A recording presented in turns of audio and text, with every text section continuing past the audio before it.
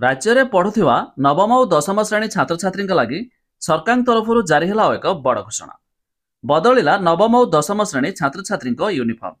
सबुज बदल में बादामी ड्रेस।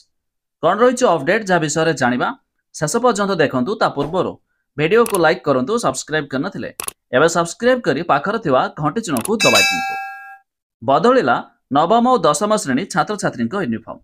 सबुज बदल में बादामी ड्रेस पिंधिबे छात्र छात्री। तेज मुख्यमंत्री छात्र छात्री परिधान योजन मिलिबो एही ड्रेस। तेज सबु सरकारी और सरकारी अनुदान प्राप्त स्कूल को बंटा जिवो। तेज गत 2023 रे पूर्वर गाढ़ नील रंग यूनिफॉर्म को बदला जाई सबुज पैंट और चेक सार्ट करथिले। तेज छाती लेखा जाइथिला आमे गढ़िबु नुआ ओडिशा।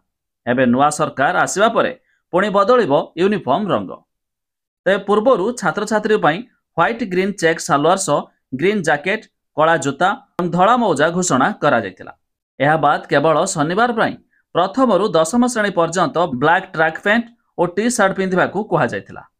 तबे 100 रु कम उपस्थान थिबा स्कूल गुड़िकरे 2टी निर्धारित रंगर टी सार्ट पिंधिबा को भी छात्र छात्री निर्देश थिला। तबे राज्य में पढ़ुथिबा नवम और दशम श्रेणी छात्र छात्री को खूब शीघ्र मिलवाक जाउछि नुआ ड्रेस और सबुज बदल में हेबो बादामी ड्रेस। तेबे आपण माने केउ जिल्लारू वीडियो देखुचंती ता निहाती कमेंट करी जणाइबे।